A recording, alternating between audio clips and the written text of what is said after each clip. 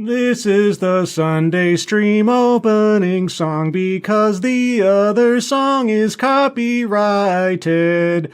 La la la la la la la la la la la. Oh look, here comes Dog Cat Fox.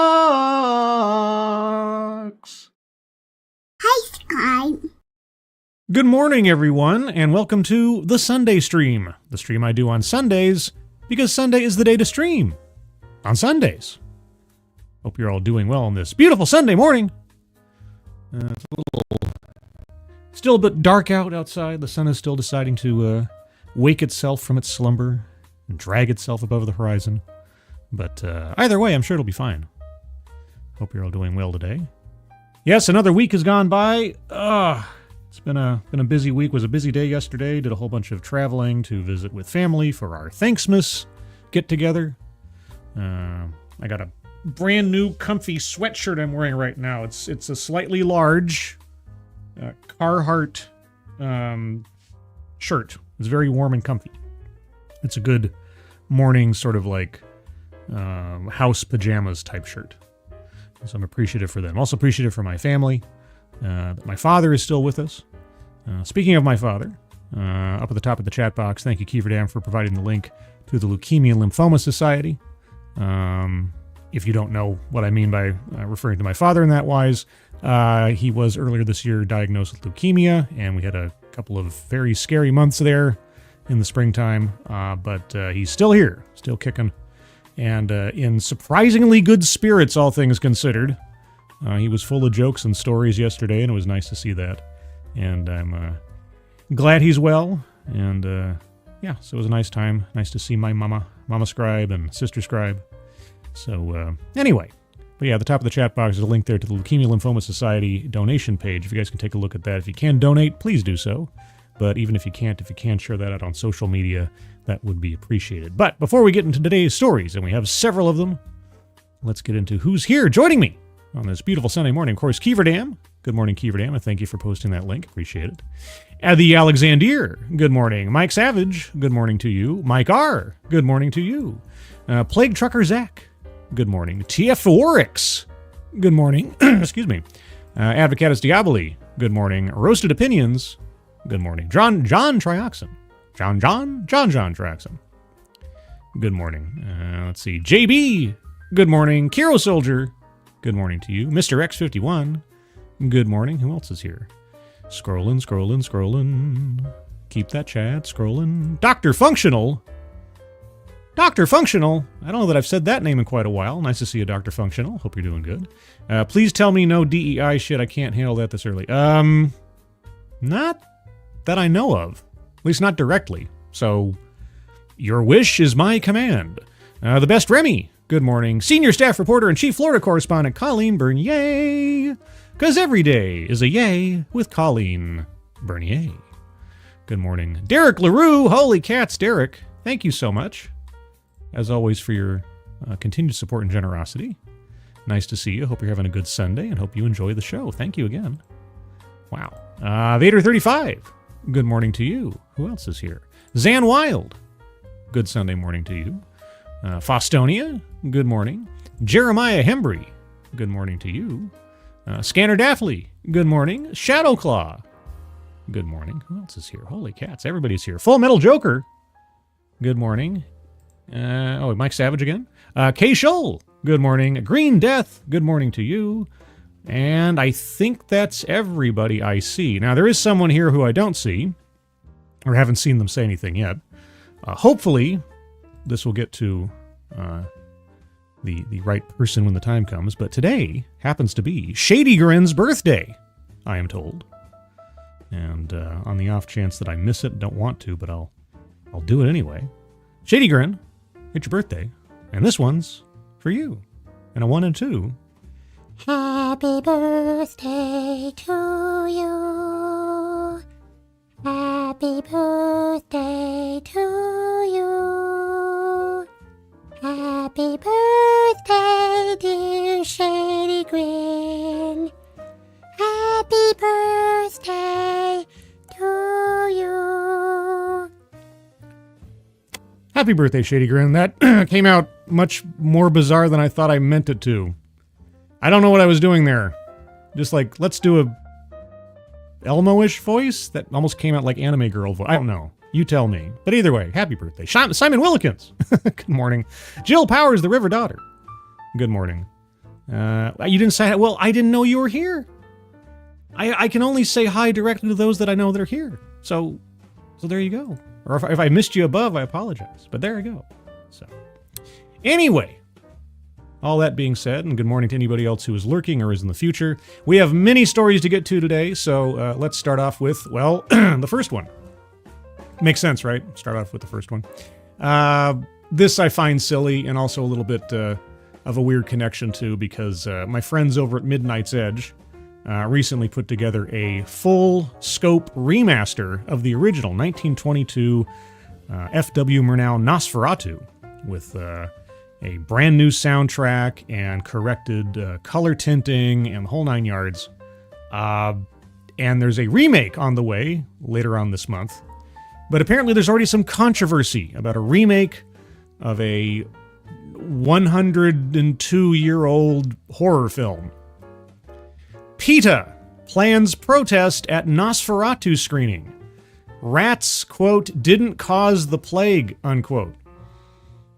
No, they just carried the vermin that spread around and caused the plague, mostly. But anyway, let's read about this absolutely waste of time. PETA plans to protest this Sunday's Academy screening of director Robert Eggers' Nosferatu.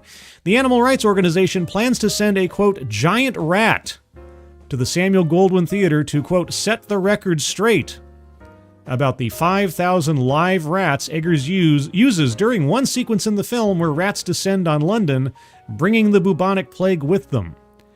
And therein lies the truth of the matter. Bringing the bubonic plague with them.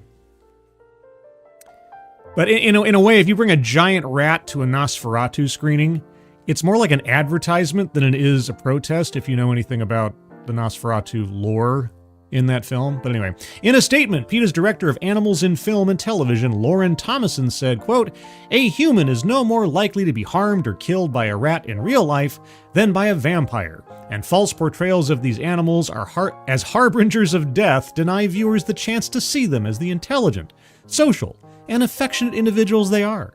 The only pests moviegoers need to be concerned with are directors who subject animals to the chaos and confusion of a film set, and PETA encourages everyone to see through these shameful stereotypes and give rats the respect they deserve, unquote. The PETA rat will carry a sign that reads, rats have rights, we didn't cause the plague. Following one of the first public screenings of the film, Eggers discussed the scene in a conversation with Guillermo del Toro, saying, quote, if there's rats in the foreground, they're real, and then they thin out and become CG rats in the background. And they were well trained, he added. Quote, I didn't know that rats are incontinent, so the smell is insane, unquote. Yes, they pee everywhere. I briefly dated someone who had many pet rats in her home. She had gotten so used to the smell, she had no idea about it. And so the few times in that brief relationship that I spent inside her home were a challenge. Yeah, it was something else. Production designer Greg Lathrop told Variety of the scene, quote, the rats, none of them were lost. We found all of them. They were all there. We built these plexiglass barriers so that the live rats would be in a controlled area, he said, adding that the production took care to ensure the rodent safety. Quote, in the scene on the street, the horses are on one side of the plexiglass barrier and the rats on the other, so that the rats wouldn't run underneath their feet and get squashed so nobody would get hurt, unquote. It reminds me of what they did with the snakes in Indiana Jones and the Raiders of the Lost Ark. I think they might have digitally removed the little bits of reflection you can see of the plexiglass by now in some like Blu-ray 4K or something. But if you look close enough in an original copy of Raiders of the Lost Ark, you can still kind of see that there's a plexiglass barrier between Harrison Ford and the snakes. But anyway, PETA points out that rats form close bonds with their families and friends, enjoy playing and wrestling, and even giggle when tickled, and are less likely than dogs or cats to catch and transmit parasites and viruses. The film is Egger's reimagining of the 1922 silent German horror classic Nosferatu, depicting a gothic tale of obsession between a haunted young woman, played by Lily Rose Depp, and the terrifying vampire Count Orlok, Bill Skarsgård, infatuated with her. Variety has reached out to Focus Features for comment. Variety, why didn't you put in here what the historic truth is around the rats and their involvement in the bubonic plague? Why not do that? I don't understand. But yes, if nothing else, the rats are symbolic. Symbolic. Even if they have a historical context otherwise, but in the case of Nosferatu, they are symbolic of pestilence, of disease, of encroaching death and decay. That's what they're... And rats do contribute to that as vermin. They may be innocent little creatures who have personalities and souls and such, but they do thrive on decay and neglect. I hate to tell you this. They're kind of parasites. They're kind of scavengers. Doesn't make them bad. Doesn't make them morally, obtuse or something, but they're still just, Anyway. But yeah, PETA's really angry, guys. So they're going to bring a giant advertising model out to a film about a vampire featuring rats and bring a giant inflatable rat. Sure. I mean, whatever you want to do. It's a free country. Last I checked. Maybe more so now. Who knows? But anyway. Darren Root, they spread the prog. Yes, they did spread the prog. Sure. Yeah. I have Nodic. Scribe once made love to a woman on a writhing bed of rodents. No. Although that does bring up an interesting image. Maybe that's in Nosferatu. The only writhing that ever took place on it... No, I'm not going to go there. This is a family channel. Dang it. Stop it. Secret Vampire Heiress, giving away the secret. Good morning, Secret Vampire Heiress. Also, Faye Alex. Good morning. If the snakes wanted to, though. Wanted to, what, bite Harrison Ford? Probably. It's possible. Advocast Daily. Oh, I thought you were going to say you dated someone who was incontinent. No, thankfully, I haven't reached that age bracket yet. But, time will tell. Let's see. But yeah, so there you go. That's the first story. PETA going after a vampire. There's like a whole extra little short film somewhere in that notion. Like a PETA protester having to face off against a vampire and like getting all ticked off that they have like rats as servitors or something. That'd be funny. Sounds like a short little story to put in the front of a Vampire the Masquerade book. Anyway, speaking of, scavengers looking for sustenance on the bounty of society, let's talk about comedians. No, sorry. Sarah Silverman, who last I knew was famous for only 3 things. 1, the opening scene of Way of the Gun. And if you haven't seen Way of the Gun, it's a great film.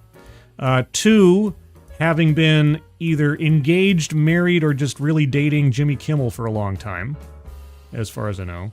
And 3, in the Aristocrats documentary, making an accusation of, let's say, sexual assault against another comedian as a joke that the comedian took seriously and got all ticked off about. That's it. Oh yeah, and also taking a photo of markings on a street that construction workers used to note where they had to, like, cut concrete or something, and mistaking them for swastikas, and then accusing New York of being, like, overrun by National Socialists from 1930s Germany. So 4 things. But anyway, Sarah Silverman says she's become less political because no one wants to hear from celebrities anymore. And when I saw this headline on Twitter, my only response was, anymore? ? But, maybe she's become slightly red-pilled, as opposed to many of the other celebrities we saw during the course of this past election. Liberal comic said it wouldn't have made a difference if she had been more outspoken this election. She's absolutely right, so credit to her. Comedian Sarah Silverman explained why she wasn't as outspoken about her political views this election season in a new interview with the Minnesota Star-Tribune. The liberal comic put out videos encouraging voters to elect President Obama during the 2008 and 2012 campaigns. She also spoke at the 2016 Democratic National Convention. The comedian explained she wasn't out campaigning for the Democratic Party this time around because of her comedy tour schedule. Oh, okay. And because she felt that voters weren't interested in hearing what celebrities have to say about politics. Well, good on Sarah for becoming more enlightened than some of her celebrity peers, I suppose. Quote, I was on the road with this tour, for one thing. A lot of people asked me if I was going to make a video or something. But my feeling was that no one wanted to hear from celebrities right now, Silverman told the newspaper. Maybe I was wrong, she continued. I just focused on reposting thoughts from smarter people. There is one thing I wish I had done. In 2008, I did something called the Great Schlep, where I told young Jews to tell their grandparents they wouldn't visit them again unless they voted for Obama. I should have done something like that again. Okay, so you think that people didn't want to hear from celebrities, but you regret not making people hear from you, the celebrity. Okay. Not that it would have made a difference, she admitted. Well, true. Unbeknownst to apparently everybody, the scales were tipped far more severely than anybody thought. So, yeah. Several big-name celebrities showed up to campaign for Vice President Kamala Harris in the final weeks of the election, including Eminem, Bruce Springsteen, Oprah Winfrey, and Julia Roberts. And as far as I know, nearly all of them, if not all of them, were paid for their appearances. So there you go. The Harris campaign was later criticized for spending over $10 million on these star-studded events as part of her $1.5 billion spending spree, or slush fund, or money laundering, or money skimming, embezzlement. It's still not sure where all that money went. We're still not quite sure where all that money went, except into people's pockets. But anyway. On her social media account, Silverman spoke out in favor of abortion rights and encouraged Americans to vote in the election. There you go. That's about as much as anybody can or otherwise would do. Just vote. Encourage people to vote. If you're not thinking about voting, vote. Even if you don't end up voting for the major candidates, just vote anyway. You know, put your voice out there in one way, shape, or form. So anyway, she's regretting she didn't do something more, but at the same time, she's like, it wouldn't have mattered. Yeah, it's true. So maybe she became half enlightened. I don't know. But I saw that and I thought that was kind of funny. Anymore.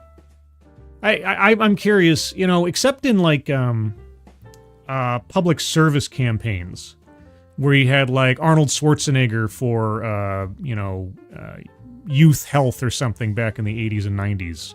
Or, some celebrities became famous or more famous for attaching themselves to certain campaigns or catchphrases, like Nancy Reagan's, like, don't do drugs, just say no, that kind of thing. But elsewise, I'm not quite sure how many times in recent memory a celebrity endorsement has really tipped the scales in any meaningful way. I'm happy to be corrected if somebody can think of an instance where that has happened. And I'm not talking about, like, politicians, I'm talking about, like, movie stars or musicians or someone outside the realm of politics that just decided, hey, I'm going to say something nice about this person and that's going to change the whole game. Maybe.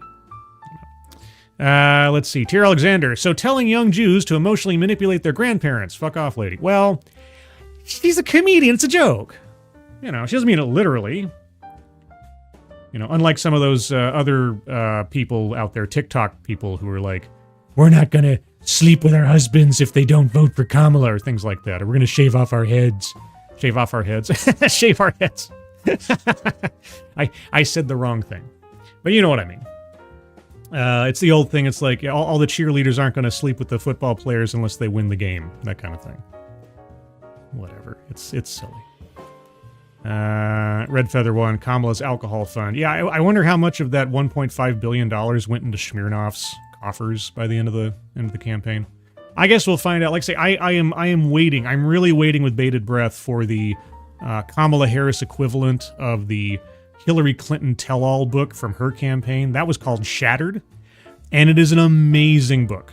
If you guys have not read it or listened to the audiobook or something, I can't recommend it more highly, just to get an inside look at the politics, the personalities, the screw-ups, the nonsense, the insanity that went on behind the campaign for Hillary Clinton. It's an amazing look. It's an amazing book.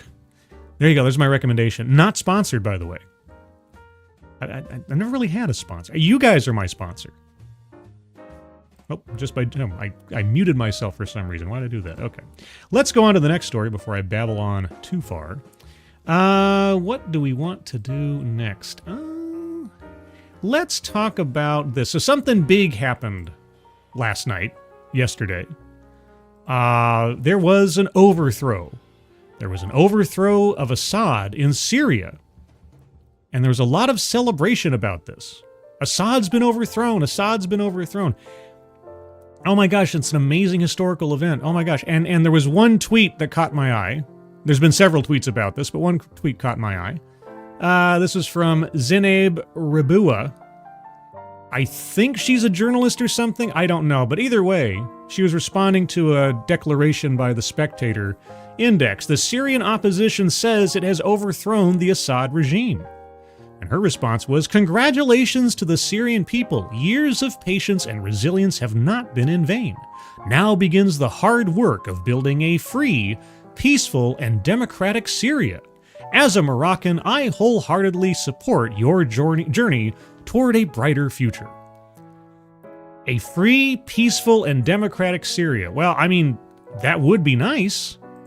But I had to wonder, because I know about as much about the Syrian regime or its rebellion or anything else as the next guy, which is probably not much. So I had asked the question, well, okay, who's running this rebellion? Shall we discover who's running this rebellion? Let's discover it together. Who is Abu Muhammad al-Jawlani, the Islamist rebel leading the Syrian advance? I don't know, but it doesn't sound good. Amid a rebel offensive that stunned the Syrian regime and led to major losses of territory, the 42-year-old man leading it made a surprising strategic decision. He used his real name. In an official image Thursday after its fighters entered Hama, the Hayat Tahrir al-Sham Islamist militant group shared a message that was signed Ahmed al-Shara, the birth name of a rebel leader better known by his nom de guerre, Abu Muhammad al-Jawlani. The move marks a broader shift for Jawlani, once a shadowy figure who rarely showed his face. I wonder why. Jawlani served time in a U.S. prison in Iraq before becoming the commander of an al-Qaeda affiliate in Syria's brutal, multi-pronged civil war. Even now, there is a $10 million U.S. reward for information that leads to his capture. But in recent weeks, Jawlani has become the public face of the most successful rebel advance in Syria in years, credited as the driving force behind a stunning offensive that captured Syria's second-largest city, Aleppo, from forces loyal to Syrian President Bashar al-Assad. Aaron Zellin, a fellow at the Washington Institute, said that by using Jawlani's real name, HTS, hoped to show, quote, "he's just a regular guy," unquote. He may be anything but. Maybe. So, it's just a regular thing to have a $10 million bounty out on your head by the U.S. government for your affiliation to Al-Qaeda. But he's just a regular guy. Just a guy you want to have a beer with, He's just one of those guys. Quote, "Jawlani is young, smart, and extremely ambitious," unquote, said Charles Lister, a senior fellow at the Middle East Institute, adding that he has also been ruthless in the past for purging his rivals and potential future threats. Boy, oh boy. What an improvement. What an upgrade from Bashar al-Assad. Okay, was that the rest of the story? Did I miss something? Oh, okay. Pardon me. Make no mistake, he wants to be seen as the kingmaker himself, Lister said. The kingmaker or the king, I wonder? Where did Jawlani come from? Ahmad al-Shara was born in 1982 in Syria. He only much later became known as Jawlani. Whatever. He has said that his early life was shaped by conflict, with his family forced to leave their home in the Golan Heights during the 1967 war. His later pseudonym was a reference to his family's lost home, using a different transliteration.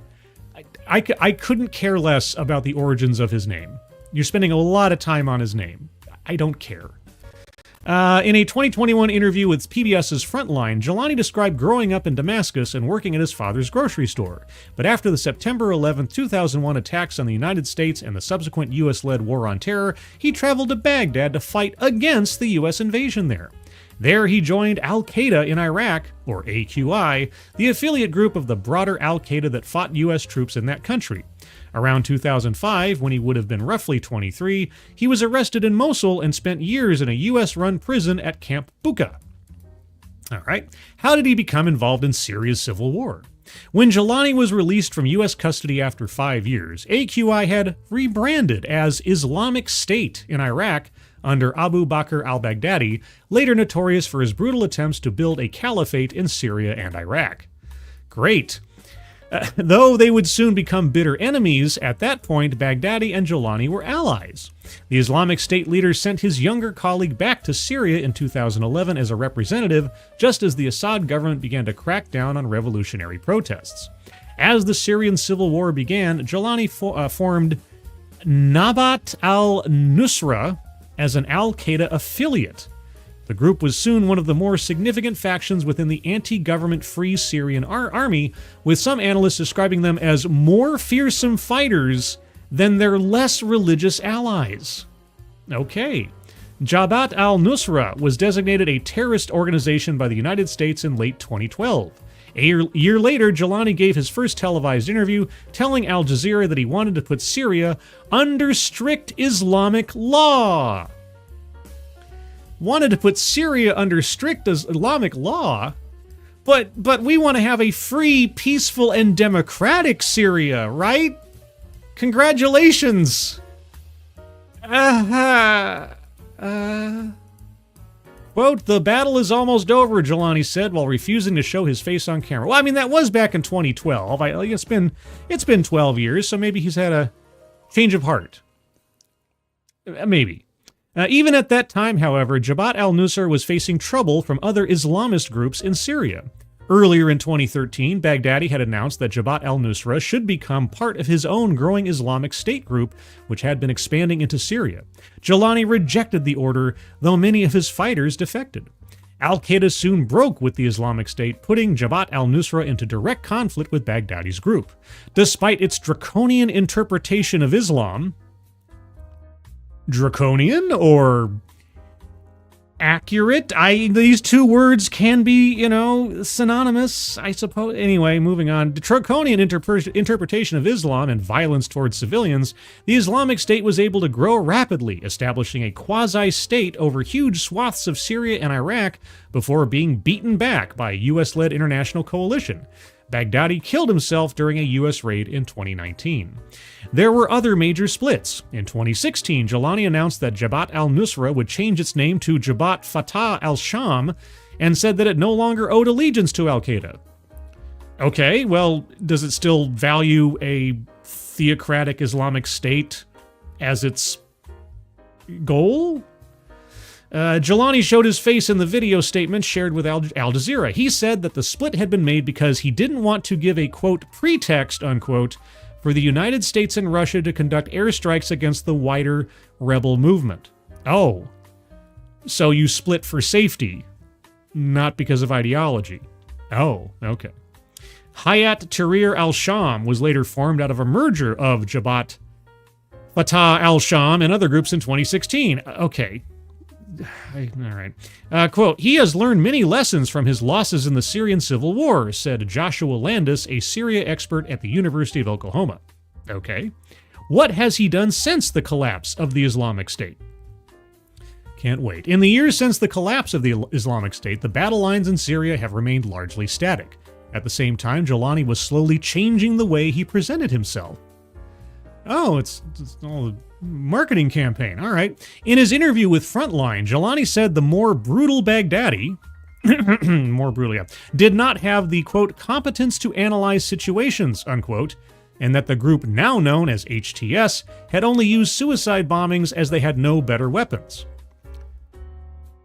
Oh, so we've got no better weapons, so we'll just sacrifice. Okay. About 2 years ago, Jelani switched his outfits from the Islamist insurgent attire he had previously worn to more standard green military fatigues, Zelen said. A new coat of paint. Okay. It appeared he had been watching conflicts outside of the Middle East. Sure. Quote, you might say he's in his Zelensky era. Zelen said. You know when Van Gogh had his blue period? Well, he's in his Zelensky era. Referring to Ukrainian President Volodymyr Zelensky, who has worn a simple military uniform since Russia's invasion in February of 2022. Yeah, he's just a regular guy, everybody. Very, very, very humble. Very humble, regular guy taking in billions and billions and billions of U.S. tax dollars to fight a war that is going to end in a brokered peace regardless. It's great. But yeah, no, this Islamist suicide bomb using nut job, he's going into his Zelensky era. Jelani had also rebuilt HTS into a, quote, seemingly professional army, said Landis. Seemingly. All right. Quote, his soldiers' equipment is better than that of the Syrian army. They have walkie-talkies, night vision goggles, an elegant uniform. What, you are really... What is this? Is this a fashion show? Elegant uniforms of much higher quality than the Syrian army. Queer eye for the Islamist guy. What is going on here? HTS has also maintained control of northwest Syria, including the city of Idlib, becoming the de facto government for 4.5 million people. It has sought out partnerships with other groups, including Christians and members of the Druze community, who and work with the United Nations and form lines of communication with Western governments. So a suicide bomb implementing, Islamist state wanting terrorist organization led by a guy who has a bounty on his head, has formed unions with Christians, the Druze, and the United Nations. Quote, while he has a $10 million bounty on his head, he's been appearing publicly across northwestern Syria for the past 4 years and never once been targeted by a U.S. strike, said Lister, adding that was no coincidence. Quote, he'd certainly be dead by now if he was a priority. Or, and I know this would be a crazy notion, or sometimes the enemy of my enemy is my friend. And if he is messing around with Assad, who people don't like, maybe he's a useful idiot in the meantime. I'm just saying. But of course, these things have gone awry in the past. What sort of Syria does Jelani envision? Yeah, okay, compared to his 2012 statement that he wants to have an Islamic state run by Islamic law in Syria, what does he think now? Analysts describe Jelani as pragmatic but opportunistic, willing to shift gears as circumstances change, including his having taken advantage of a moment when Assad's allies in Hezbollah, Iran, and Russia are all distracted by other conflicts. Quote, he's very good at pivoting at the right moment, said Zelen, who wrote a book about HTS that was published last year. Zelen almost sounds like he's a fanboy. Such elegant uniforms. They're much better in quality than the Syrian army. This pragmatism extends to his style of rule. While HTS remains an Islamist organization, it has so far made good on its promises of religious tolerance in the areas of Syria it controls. In Idlib province, it effectively runs a one-party state. Great! Operating civilian affairs under what it dubs a salvation government. Oh, wow, they call it a salvation government. That's great. You know, the Democratic People's Republic of Korea is really a Democratic People's Republic of Korea. Quote, this system is not democratic, unquote, and is based off a strict interpretation of Islam, said Ayman Jawad al-Tamimi, an independent researcher on Syria, but HTS does not envision, quote, something like Al-Qaeda's Islamic Emirate projects or the Islamic State's caliphate, unquote. Well, okay, what does it envision if it's under a strict interpretation of Islamic law? Thank you, Faustonia. Elegant uniforms? I wonder if the designer was Hugo Boss. Sounds like a journo wannabe novelist. I don't know what's going on there. Such elegant uniforms for murderous terrorist organizations. It almost sounds, what was that Washington Post story where that one guy died and they called him a, what was it? Austere scholar or something. Yeah, it was some Islamic terrorist leader and he died and they called him an austere scholar. You're trying to find some kind of like fanciness or elegance in these nut jobs. I don't know. Anyway, thank you, Fostonia. Jelani has hinted at other moves. Dareen Khalifa, a senior advisor with the International Crisis Group, boy, that's got to be a stressful job, wrote on X this week that Jelani was considering dissolving HTS to, quote, enable full consolidation of civilian and military structures in new institutions reflecting the breadth of Syrian society, unquote. Okay, most analysts agree that the early signs from Aleppo are relatively positive, with no sign of pressure on the city's Christian minority, for example. But there are concerns that Jelani's leadership cadre could face infighting, especially as it appears so tied to one person. I know! Boy, oh boy, can you imagine a government in Syria being tied so directly to one person and one party? What a change that will be for Syria. Now, in the chaos of all this, I saw a story a few minutes ago before the show started where there's been rampant bombing of known Syrian weapons facilities and things. Because right now, there's no effective one government in Syria. So in order for those weapons not to fall into the hands of these guys, they're doing everything they can to mop up beforehand, which is probably a smart move. Pretty smart move, since they're still not quite organized as a government and can't respond effectively. So, yeah, do you think maybe they let Jelani run rampant for a while to weaken Assad so that things could be softened up for more actions later? I don't know. It's like that guy saying like, oh, he doesn't seem to be a priority. He's got a 10 million bounty on his head, but nobody's taking a strike against him. Like, yeah, because he's useful right now. We'll see how much of a problem he becomes later. Probably, or at least his organization. Quote, Jelani is, quote, very much in the model of a charismatic leader, said Zelen. If, for whatever reason, he was killed or assassinated, how would the movement move on? Mr. Zelen, I hate to tell you this, there's always someone waiting in line. Boy, Assad was driven out of Syria. How could it possibly move on? Oh, Jelani shows. Oh, well, Jelani's gone. Wait.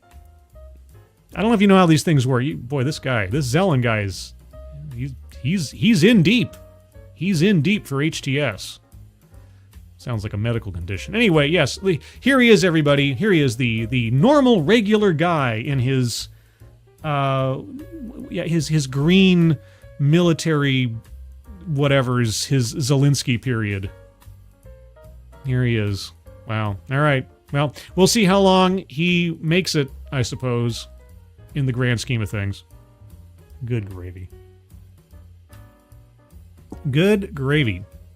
Plague Trekker Zach, Israel already seizing land. Hey, now's the time. If there's no organized defense or opposition to taking out critical military sites or weapons facilities and things like that, now's the time when everything's in chaos. Because, like, who's going to complain? The not yet quite real government of a bunch of rebel factions fighting over land and power structures and things. Yeah. Legit Low Talker, good morning. Also, your internet's favorite lunatic, good morning. How long till they are lobbying rockets at Israel? Yeah. Or using the resources in Syria to start funding other things or making pacts with Russia for this, that, and the other.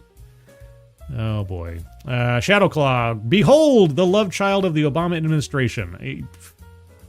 I mean, this guy's been allowed to operate this long. We'll see how long he lasts, either amongst his own peers or just in general.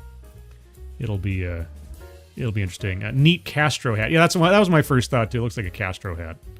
Boy, yeah, he's a freedom fighter, guys. He's a revolutionary. He's going to bring peace and justice to Syria after all this time with his strict Islam one-party solution all tied to him. But no, he's the kingmaker. He's not the king. He's the kingmaker. Jill Powers. Marxists always look like that, especially the women. Oy! Oy! Ew. Anyway, so there's that. So keep an eye on what goes on in Syria, and especially with the people who are running the show there now, or at least so far say they do. We'll see how long that lasts. After that, very enriching and enlightening news. Let's go to something a little bit more funny. Those of you who are veterans, let's say, of the internet may recall several years ago there was a complaint going around, a complaint about air conditioners in, I think it was specifically the UK, where air conditioning was sexist in offices because it was too cold. And it was too cold, and it was sexist, because female employees often wore less clothing overall than male employees, and therefore air conditioning was sexist. It was accepted about as well as you might expect at the time. Well, there's a new oppression, everybody. There's a new oppression that has earned someone their own PhD. And the headline here might give it away, but for those of you listening at home, let me read it to you. Why this Cambridge grad's PhD thesis on smelly people is dividing the internet. Quote, olfactory oppression. Yes, now it really is 2016 all over again. She didn't pass the smell test. A recent UK PhD grad's thesis examining olfactory oppression has raised quite a stink on the internet, with online critics claiming slamming her academic work as the reason, quote, everything is falling apart, unquote. Quote, thrilled to say I passed my Viva oral exam with no corrections and I am officially PH done, unquote. Ali Lukes, who earned her post-grad degree in English literature from Cambridge University, wrote on X on November 27th. That simple post has now received nearly 90 million views and tens of thousands of comments and retweets. The thesis, titled Olfactory Ethics, The Politics of Smell in Modern and Contemporary Prose, examined how scent facilitates, quote, smell's application in creating and subverting gender, class, sexual, racial, and species power structures, unquote, according to the abstract summary. The thesis states that, quote, olfactory disgust, unquote, can result in a person's, unquote, quote, unquote, rejection. This sounds like a joke that someone submits to see if the college will let it go by.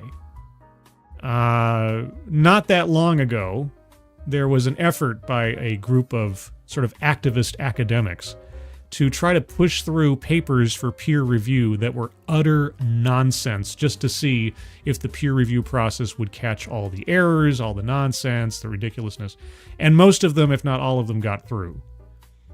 I have no idea what this lady's motivations were. Maybe she's completely serious. Or not. This sounds like something that's a hoax, just to see what would happen if you put it through.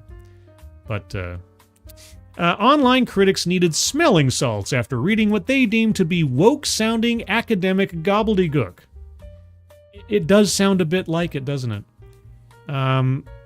If the argument is, if someone smells bad or is perceived to smell bad, they have a worse chance at socialization than someone who doesn't. Do you really need a thesis for that one? Do you really earn a PhD for that observation? I guess you do. One ex-user alleged the thesis was nothing more than BS language, unnecessary big words, and pretentious sentence structure. Does sound like it, doesn't it? Quote, her thesis statement is basically, if you say someone stinks, people like them less, unquote. Yeah. Another critic, biotech scientist Dr. Simon Goddick, wrote, quote, academia is dead, unquote, in response to Dr. Luke's post. She gets to call herself a doctor now after that. Did you know that stinking or having a reputation of stinking can reduce someone's social opportunities or desire? Wow. What can I get a PhD for? Can I, like, put some ridiculously mundane statement into an AI generator in ChatGPT, generate a thesis paper, submit it to a college, and get a PhD now? Could I? Quote, we can no longer take these so-called elite universities seriously.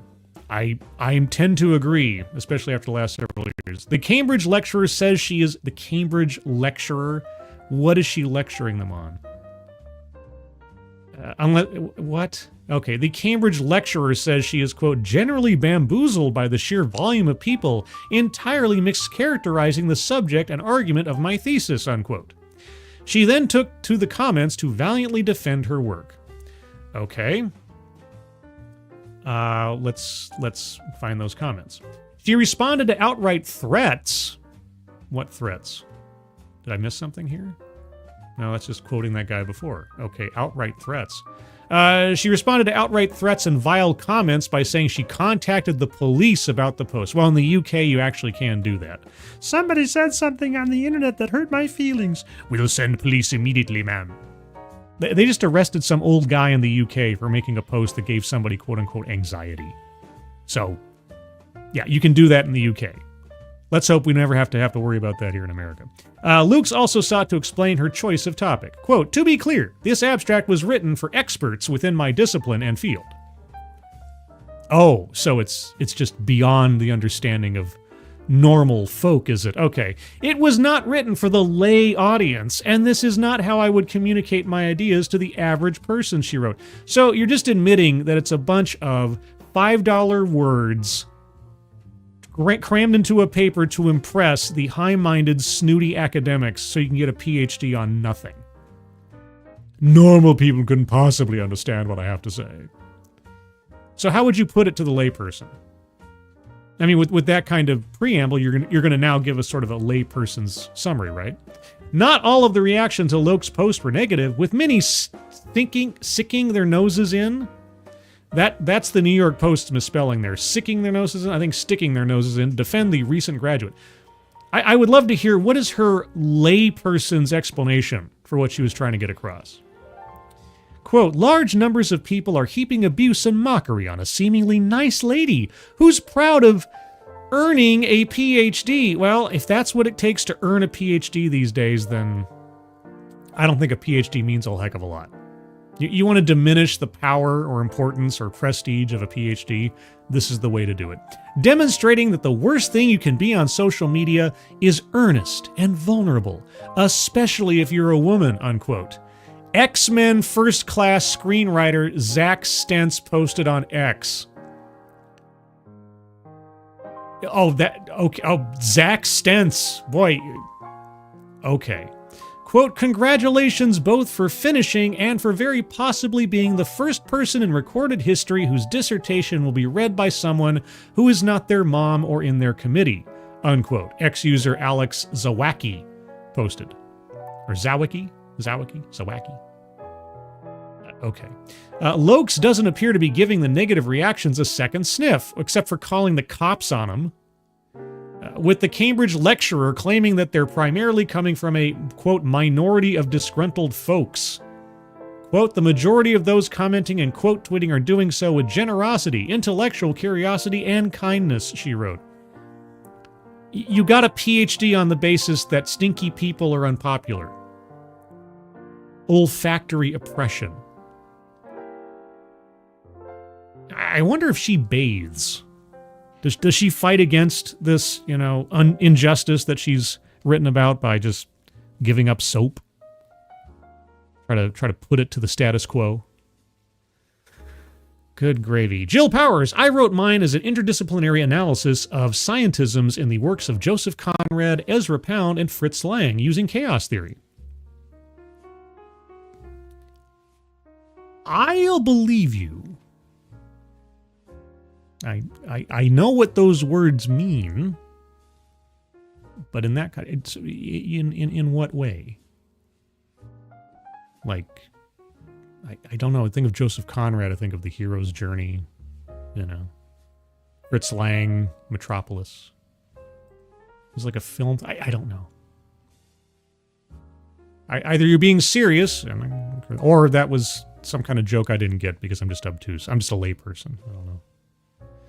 Advocates Diabli, I did not know analysis of descriptions of smells in literature was a massive field. I mean, there is an art, I'm sure, to describing in text scents in such a way that the reader can then sort of imagine. All right, trying to describe a smell in the written word. I know it probably can take a little bit of skill, so maybe that's what you meant. Systems theories. Okay, well, I do not mean this in any rhetorical way, in any sarcastic way. You are of a higher grade of academic than I am. I am simply an English major and not very well read. So, I defer to your expertise. Have you done a TEDx by any chance? If not, would you consider it? Let's see. Faustoni, how would that knowledge be used? Telling us something most kindergartners know. I don't know. There was a, at the time at least, relatively famous story on Lords of the Night where we saw that a student at, what was it, Yale or something, got their PhD by beatboxing. Something like that. It was ridiculous. Some of you may remember that story. I might be misquoting it slightly, but yeah, his final thesis was some kind of rap song, and I don't even think he was in a class or in a department that had to do with music. I don't think. Either way, he got a PhD out of that. You can get a PhD for anything these days. Stinky people get you a PhD. Anyway, what else do we have? Let's do a story from the Discord server. Yes, everyone, if you have a story you'd like me to read on the air, I can't promise to get to them all, but I will do a couple of true crime stories here. This one comes to us from Angelverse. That is at least tangentially related to the platform on which I am communicating with you now. That being YouTube. Let's see, where is it here? Here we go. So yes, Angelverse, thank you so much. U.S. YouTuber Elliot Eastman feared dead as police say he was shot during abduction in Philippines with body dumped at sea. Now, I've never heard of Elliot Eastman unless he has a pseudonym that I'm not familiar with. A missing U.S. YouTuber has been shot dead and dumped at sea after being abducted in the Philippines. Okay, police have a harrowing update on a missing American YouTuber in the Philippines as it is believed, he is dead after being shot during an abduction. Elliot Eastman, 26, was abducted from his home in the town of Cebuco in Zamboanga del Norte on October 17th. He had about 7,500 followers across YouTube and Instagram. That's about the number of followers I have on YouTube. Uh-oh. With his last video being posted on October 12th, less than a week before the abduction. And there's a picture of him. I can't say I've ever heard of or recognized seeing this person before. Doesn't mean anything, just I'm not familiar. In a police update this week, it's been revealed officials believe Eastman was shot while trying to resist armed men pretending to be police, but he died as they took him away by boat. Regional police spokesperson Lieutenant Colonel Ramon Celio Sawan said a previous claim Eastman was shot during the abduction has been verified by someone allegedly involved with the kidnapping. Quote, sometime late October, during our investigation, we encountered one witness who claimed Eastman had been shot during the abduction, he said. On their way to escape by sea, the abductors noticed that Elliot Eastman was already dead. They threw his body into the water. But then, later on, sometime in November, we caught a suspect linked to the kidnapping. He himself confirmed what happened. He confirmed Elliot had been shot and that the man was dumped overboard. Jeez. Why was he targeted? I'm curious. Quote, this suspect was able to execute an extrajudicial confession, and then we submitted it to the prosecutor's office where we filed the complaint. The prosecutors accepted it. Okay. During the search for the YouTuber, several suspects were arrested, but 3 suspects were shot dead by officers in a gunfight. Good gravy. Eastman's body is yet to be found, and police are still trying to determine the motive behind the kidnapping. Oh, okay. Quote, we are constrained to believe that he has died. All of the information that we have points to that, Sawan said. His family has been notified of this new information. Eastman was staying at his father-in-law's shack with his wife when he was allegedly attacked by the 4 armed men who burst through the door claiming to be police at about 10 p.m. on October 17th. His wife was reportedly home at the time. The men shot him in the leg when he resisted. They probably hit the femoral artery, I'm assuming, according to officials, before he was taken away in a speedboat off the coast of Zamboanga del Norte. Upon arriving at the home to investigate about 11 p.m., police found a blood smear on the floor and an empty M16 rifle bullet cartridge. Yep. Eastman's abduction came just months after he and his wife married. The American moved to the Philippines about a year and a half ago. Jeez Louise. That's crazy. Well, I mean, for whatever it's worth, condolences to his family and friends. That's nuts. I hope they catch or otherwise figure out what happened to this guy and stop whatever else might happen after the fact. Jeez. Well, there's that. Good gravy. Let's see. Shadow Claw. I wonder if he was an IRL streamer. This is not good. I'm just morbidly curious. Well, I keep not... Okay, let me preface this by saying it's not something that I wish for or hope for or something, but given his activities, I keep waiting to hear something similar to this, or at least long-term prison or something worse happening to people like Johnny Somali. This guy I never heard of before. I don't know what he did or what he does or how he was connected to this, but, you know, when I think of, like, YouTuber facing violence in a foreign country, if that person is from another country, obviously, I think someone who's been messing around with the locals in some way and came into misadventure through that. And it's unfortunate that I think that automatically, but when you have IRL streamers like Johnny Somali or Ice Poseidon or so many other people that have gone to places and just try to mess around with people for content, it does occur, in my mind anyway. So, yeah, well, thank you, Angelverse, for the story, as sort of downbeat as it is. But speaking of downbeat, let's talk about somebody who slipped on a banana peel and then murdered and cremated his own son. You might think I'm kidding, but no, guys, really, this was an accident. Horrible accident, lawyer allegedly says. He killed and cremated his own son after mistaking him for an intruder. Yeah, you know, it has been the case in the past that there have been instances where someone has been awoken at night and they don't have any reference for what's going on, and they accidentally shoot someone they know or a family member thinking that they're an intruder. There have been many, many, many tragic cases like that. I'm curious to know, because I haven't read this story yet, how you go from, whoops, I shot my own family member, to, I guess I'll just cremate him and try to cover up the crime. And guys, it was an accident. A lawyer in Texas who was at a lake house with his adult son last weekend allegedly mistook him for an intruder, fatally shooting him with a shotgun, and then cremating his body on a wood and trash pile in which he's calling a horrible accident, according to cops. Michael C. Howard, 68, of Houston, was at a lake house several hours outside of the city near the Toledo Bend Reservoir with his son Mark Howard on Sunday when the killing, quote-unquote, accidentally occurred, according to a Sabine County Sheriff's Office press release, which was posted on Facebook by the local Sabine County Reporter newspaper. Mark Howard, this is the son, who has Down syndrome, I think you want to say had, but either way, was somewhere on the property on Sunday night when his father allegedly mistook him for an intruder. Quote, on December 2nd, 2024, a deputy with the Sabine County Sheriff's Office was contacted via public service by Michael C. Howard. That's the father. Howard advised to the police that he had accidentally shot his own son. Michael Howard went on to confess that after the shooting, he took his son's body and, quote, placed it in the front-loading bucket of a backhoe tractor and carried it to a remote area of the property. It was there that the cremation happened, according to police. I'm sure it was all done out of total respect for his son's life, death, and memory. It was not done in order to eliminate evidence. I'm sure.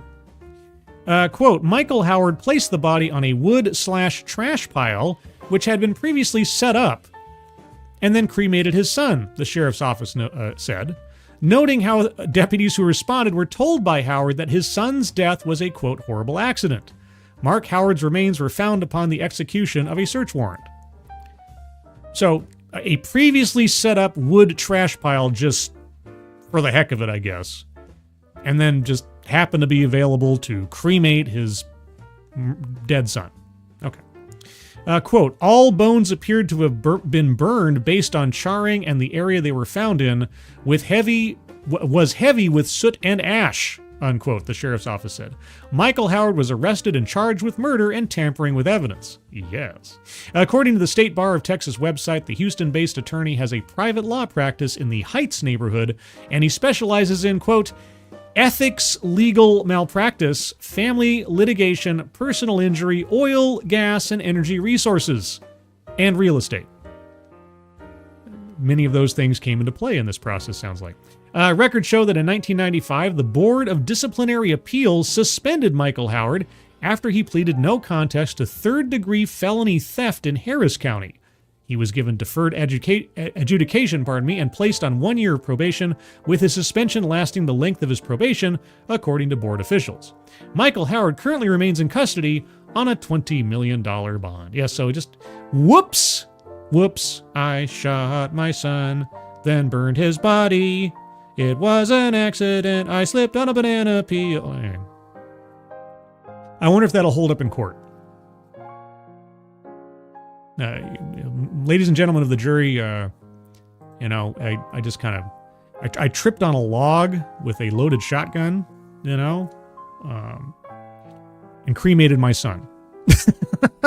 Just, man, sometimes, best Remy, it kind of stops being an accident when you burn the corpse. Yeah, you might be able to get away with saying, it was dark, it was an isolated area, I got scared, something, and I shot at a shadow in the night and accidentally killed my son. It has been known to happen. It's always a questionable scenario, but it has been known to happen. Some people make deadly mistakes. But as soon as you set up a burn pile to place your now dead son on after operating... See, every one of these things involves a complicated choice you are making. So, first, pulling out a loaded shotgun, shooting at someone in the night. Let's just stipulate, for the sake of argument, let's say, it was an accident. Okay, well, now you found that your son is dead and you shot him accidentally.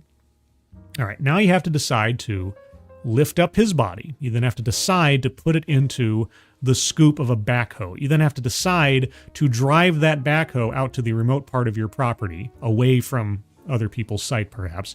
You have to decide to place that body onto an already assembled trash woodpile. Now, when did the assembly of that trash woodpile take place is what I'm curious about. Did it happen after he killed his son? Did it happen before? If it happened before, maybe there was just an intention to burn some trash. I don't know what the laws in Texas are on that, but hey, maybe so. But if it was after, well, that kind of goes to some premeditation. Anyway, you then have to place your son's body on the pile. You then have to decide to light it on fire. You then have to decide to let it keep burning until there's no evidence. Then decide to call the cops and say, whoops, I shot my son.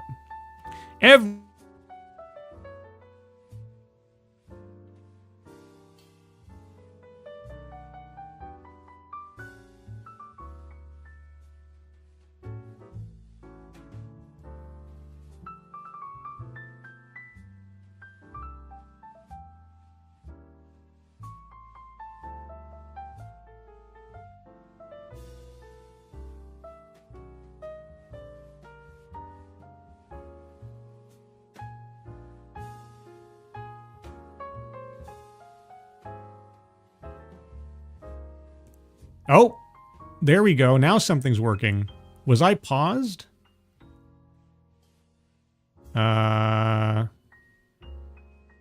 Okay. Yeah, so I was talking. The stream had apparently had a hiccup. Well, that was interesting. All right. Well, apologies for that. I don't know when I got cut off, but I did notice that the chat had stopped moving, and my ability to bring up comments on the screen was disabled for a moment there.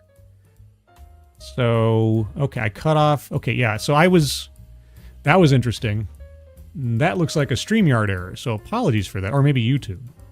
Because I could still see myself talking, I could still see sound being... And the clock on the stream was still going. So that might have been a YouTube thing. Anyway, apologies for that. The music kept going. That's weird. That is so bizarre. So I was still streaming, you just couldn't hear me. Weird. Okay, anyway, we're back.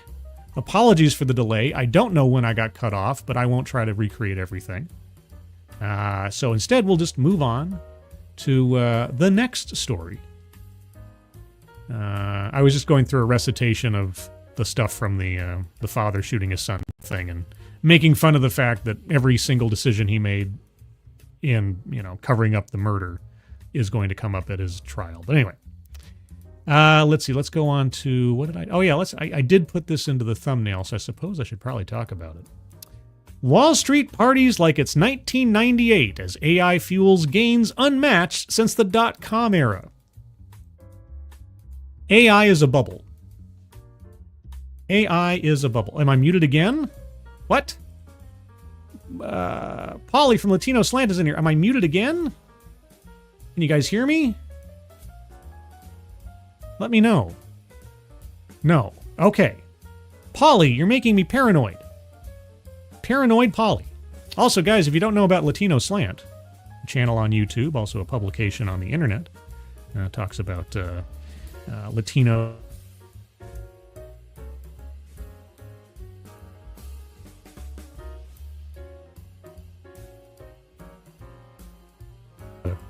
Have Polly as a internet friend and also media fanatic. So if you don't know about that, go check out Latino Slant. And hi, Polly. Good morning. All right, so Wall Street parties like it's 1998 as AI fuels gains unmatched since the dot-com era. And I tell you what, AI as a subject is one of the most popular things for TEDx talks to talk about these days. And I've actively avoided most of them because they're all just kind of like speculative, like how AI is going to change our lives. AI is starting to sound more and more to me like NFTs and crypto. That most people are not going to benefit from investing in it, except for some scam artists or people who are really smart about it. But anyway, the S&P 500 is on track to close 2024 with a gain of nearly 27% after setting 50 record highs this year.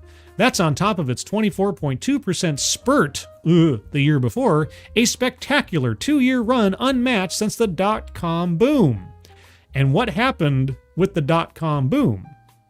Let's see if they say. This time around, it's not dot-com stocks boosting the market, but skyrocketing prices for companies in the artificial intelligence business, or simply those companies finding a way to attach AI to how they describe their business.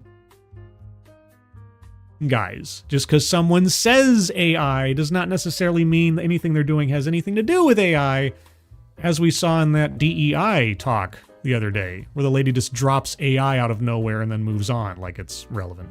NVIDIA, for example, one of the few companies who actually can quote AI as a driver in their business.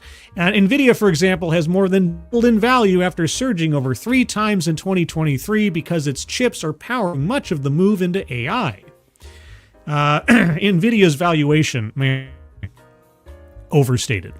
There's a great channel on YouTube called Wall Street Millennial that does really, really good breakdowns on several financial things going on in the world, companies and their valuations and so on. And they did one on the AI overvaluation, NVIDIA in particular. Very informative. Go take a look if you haven't already. Good channel to follow for things going on in the financial world. Super microcomputer, which makes servers used in AI and other computing, has jumped nearly 40 after more than tripling last year.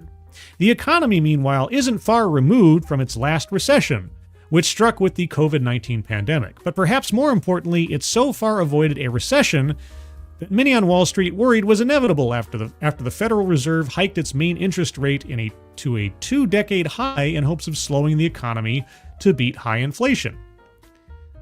Well, how did that work out for us? So what happened to stocks after that fantastic 2-year run in 1998? The market rose again in 1999 by 19.5% as the economy kept growing and the dot-com bubble inflated. Many voices on Wall Street keep rising in 2025 too, though likely not to the same degree. It could, or it could all just burst. Are you going to talk about what happened in the years following 99 with the dot-com bubble? The economy is still growing, and the federal states to make things easier. Sure.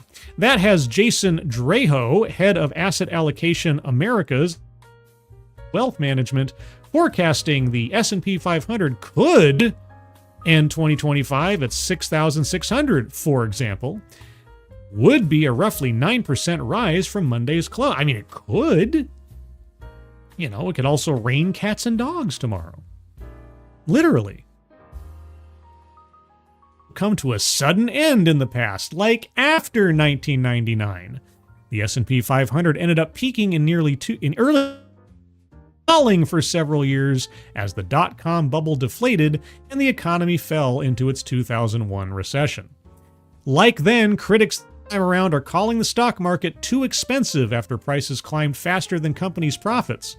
Plus, the S&P 500 hasn't experienced a drawdown of at least 10% this year, and such quote-unquote corrections tend to happen every couple of years.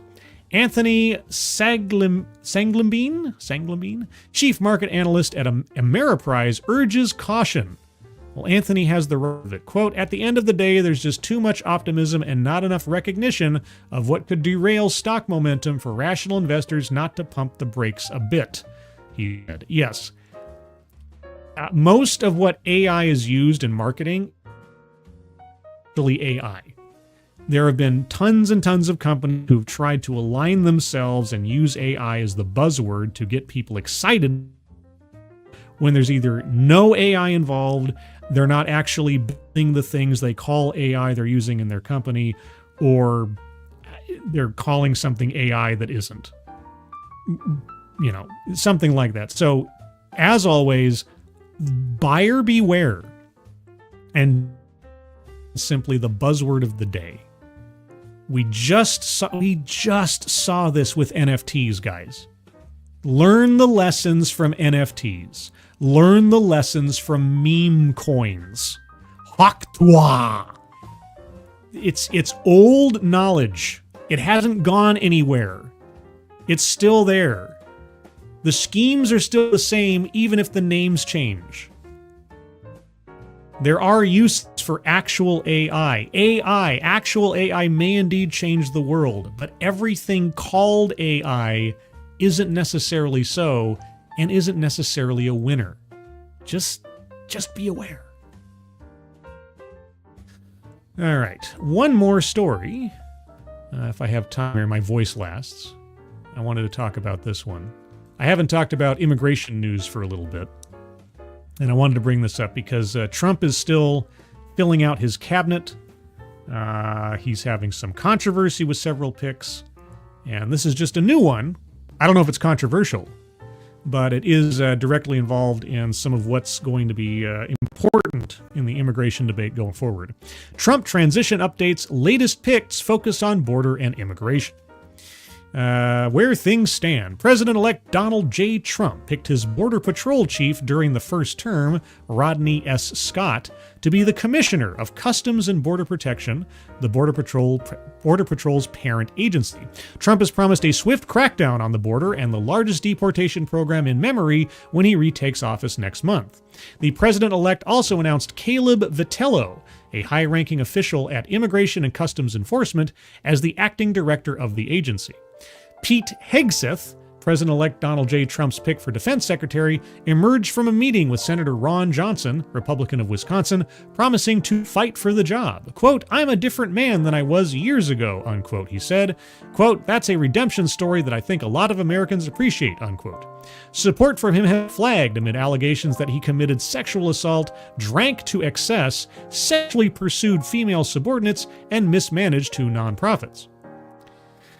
Okay, the House rejected two resolutions that called for the Ethics Committee to release its report on former Representative Matt Gaetz, Republican of Florida, who was Mr. Trump's first choice to be Attorney General. Mr. Gaetz pulled his name from consideration last month amid allegations of sex trafficking and drug use, With votes largely along party lines Thursday night, Republicans defeated both measures, blocking the material from being made public until it leaked eventually, because that's probably what'll happen. Let's see. I want to look at the one regarding the border. Let's see. Do I get to that? Or is that it? No, not crypto and AI. Where's the border guy? Where's the ICE guy? I wanted to do the story on the guy he's nominating to ICE. Do we have that here? Do I get that? Am I denied that? No, I don't want to talk about Hegspeth. No, I don't want to talk about Hegspeth. I was promised this story was... What? Okay, guys, I was misled. Apparently that was it. I thought this was a story. When it was posted to Twitter, or sorry, X, it was talking specifically about the guy that was being nominated to ICE. And maybe that was a sub-story that I didn't get. Is this it? Trump names 2 officials? Okay, maybe this is... Hold on. No, that's it. Okay, or I only got half the story. I don't know what's going on here. All right, well, I was fooled.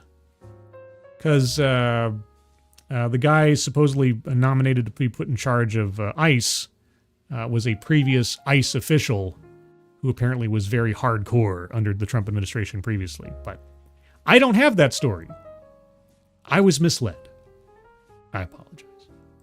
Let's go back to the Discord real quick, because other people posted some other stories here that don't tell me what they are. So now it's going to be a mystery. A mystery, I tell you.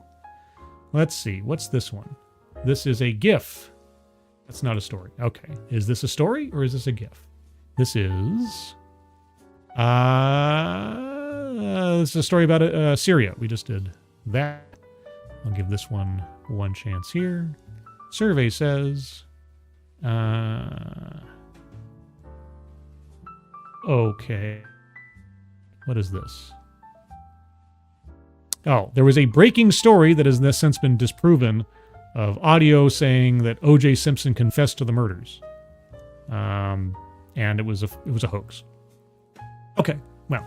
Anyway, regardless, I appreciate the best Remy and Shadow Aria for posting news stories to the Discord server, because that helps out with the news stories. Let's see. Let me make sure there's not anything else that's breaking right this moment that I should talk about before I start wrapping things up, because you never know. Things might... Yes, the Assad regime has fallen. Yay! And the rebel leader spoke to CNN in exclusive interview days before Damascus fell. Really?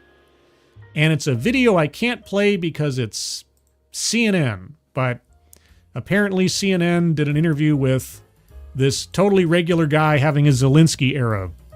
So if you want to go listen to that, it's over on CNN. Rambam, does he look like Val Kilmer?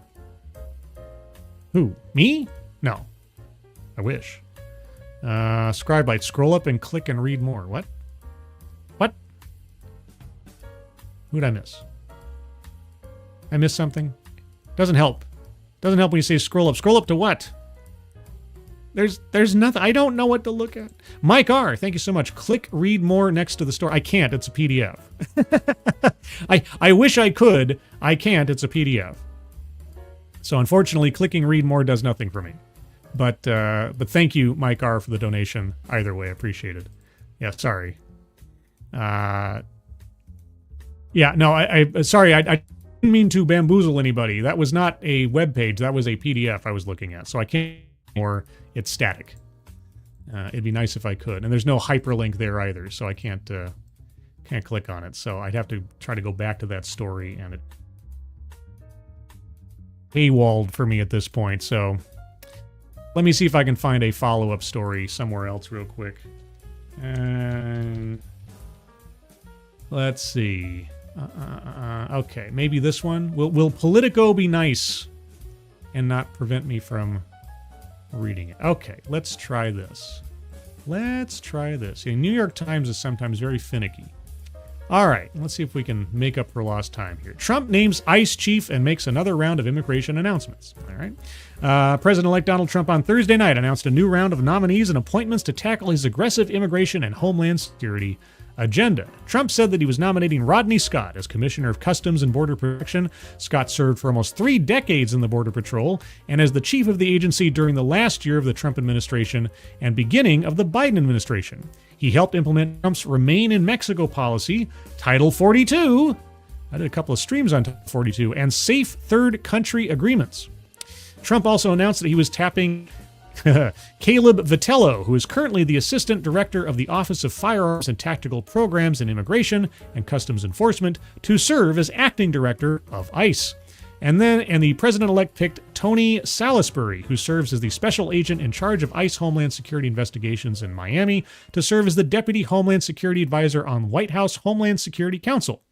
Brandon Judd, the president of the National Border Patrol Council, which represents more than 17,000 Border Patrol agents and support staff, was also announced as Trump's nominee to ambassador to Chile.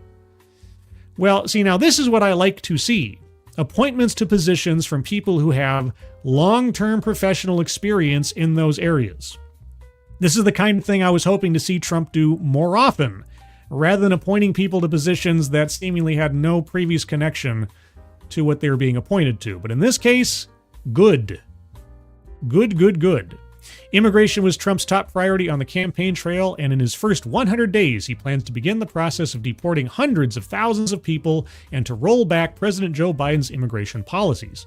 Outside allies expect the administration's immigration policy, similar to Trump's first term, to be run out of the White House by incoming border czar Tom Homan and Stephen Miller, Deputy Chief of Staff for Policy and Homeland Security Advisor.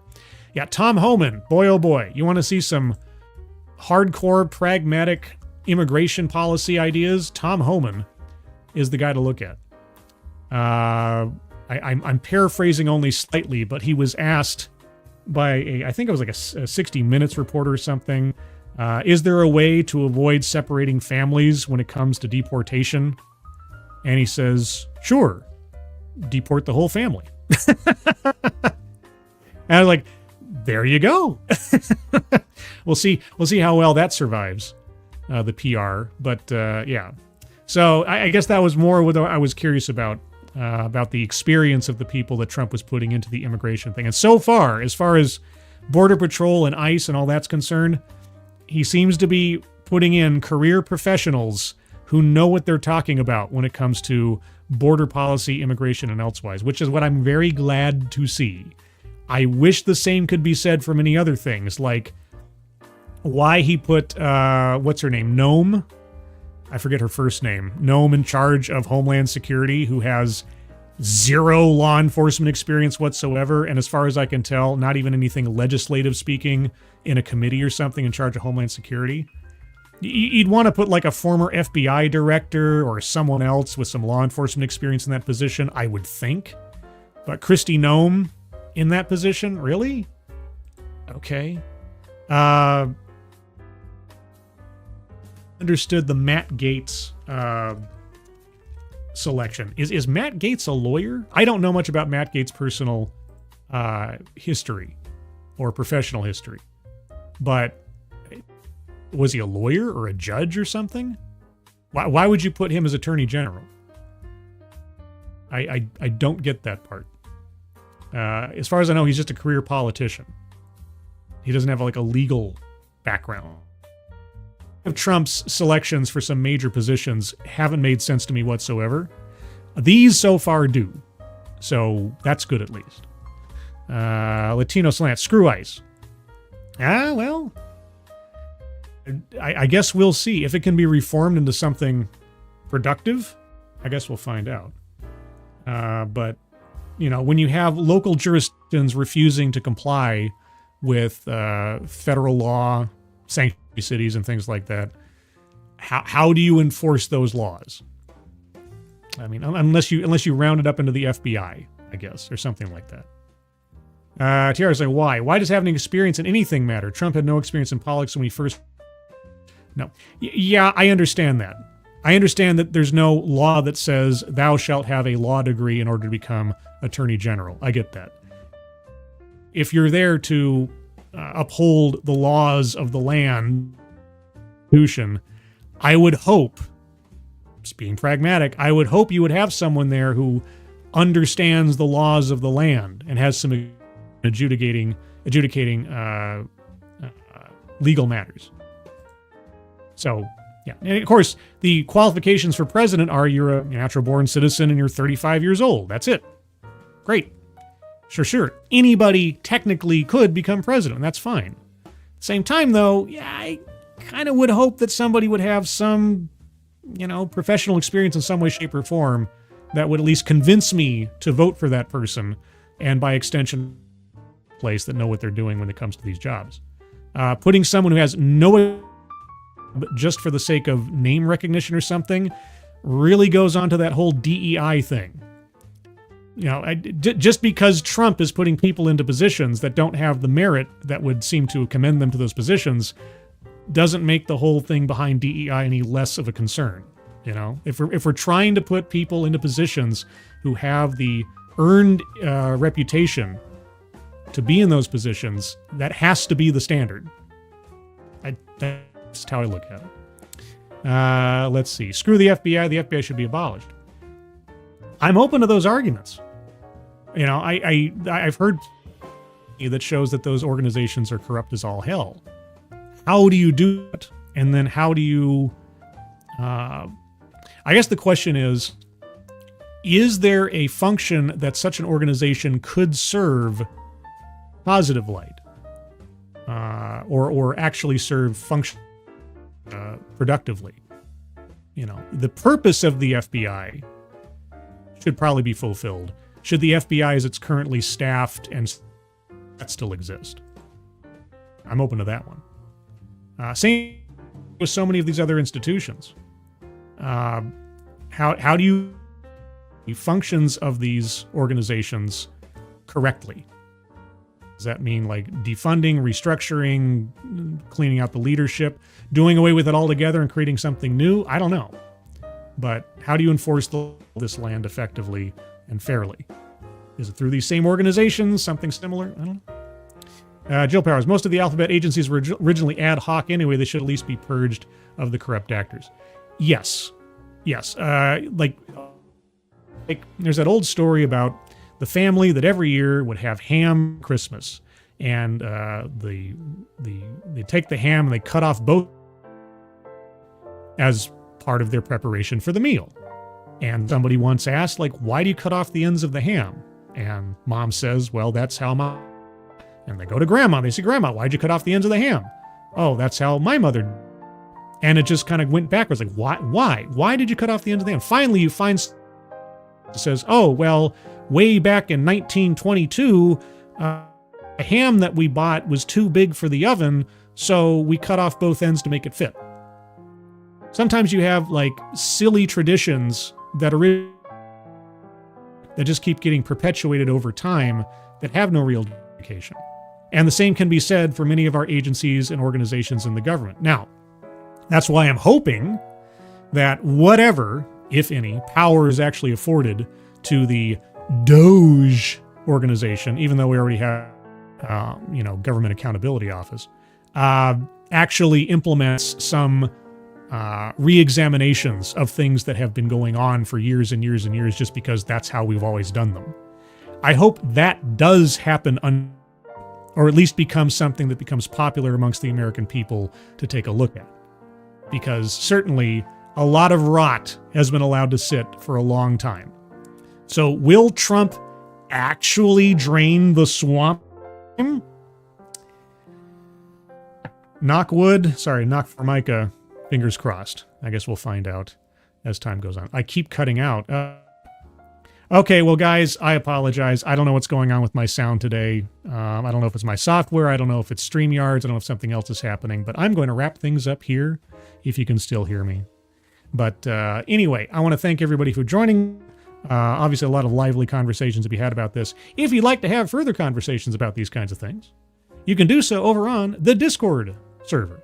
You guys know I have a Discord server? Well, let me tell you, I have a Discord server, which I'm currently prepping a link for if you'd like to join the Discord server. Link is now in the chat. If you'd like to join, click on that link. You'll find yourself on the landing channel called Say Hello. And in addition to saying hello, you just have to say the secret word. The secret word will tell me that you actually watched the stream and have thus earned the right, the privilege, the entitlement to join the Discord server. In today's It is mute, because that's apparently what's happening to my microphone for some reason. Just say, hello, mute, and I'll know that you watched the show. Beyond that, everybody, moderators, thank you for joining me. Thank you for keeping an eye on things, even though everyone here is so well behaved. You have very, very little either to myself or to the Leukemia Lymphoma Society. Link pinned to the chat box. Thank you guys so much for your generosity. Very much appreciated. If you have further thoughts on this, please leave comments below. Also leave a like on the way out if you would, or continue the conversation. Server. Beyond that, everybody, hope you have a good rest of your Sunday. Rest of your oncoming week is safe and well. Hopefully, you are on with my voice. I hope you are all safe and well. If you're not well, please get well soon. See you on the next one. Take care, because obviously I need, and bye-bye.